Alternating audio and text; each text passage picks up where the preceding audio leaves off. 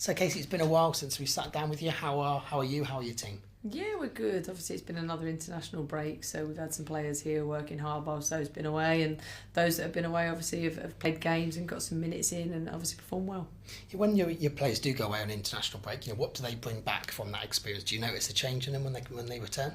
I think when they come back, obviously, it will depend on the results. Obviously, Scotland were disappointed they didn't qualify along with Wales, but they haven't come back with that disappointment. They've come back into training and been really sharp, and the England girls have come back and obviously had games in-house, so they've come back. And I think what they bring back is the sharpness of being away and playing international football. And America played Holland as well, so that was a really, really big, tough game and tough friendly, but they just come back with an excitement to see each other again, to be back on the grass at club, but with the sharpness.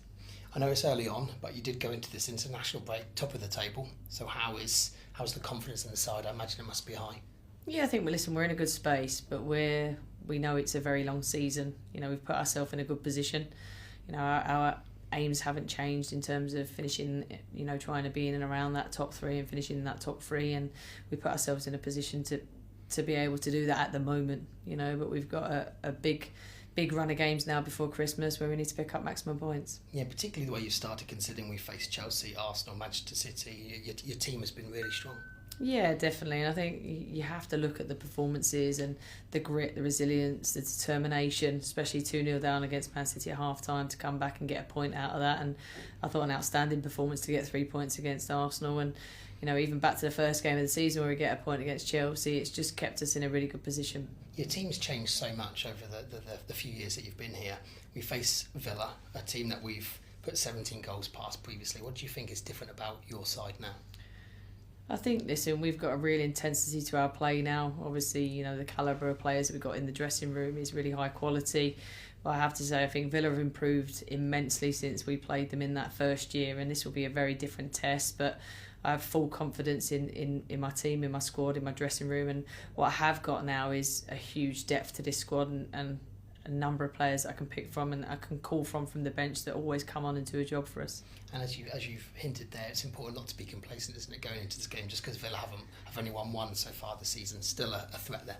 Yeah, absolutely. Listen, complacency will be our biggest enemy, and we can't afford for that. We go into this game well prepared. We could have had better prep because we've only had limited time, 2 days prep, but that's the same for Aston Villa.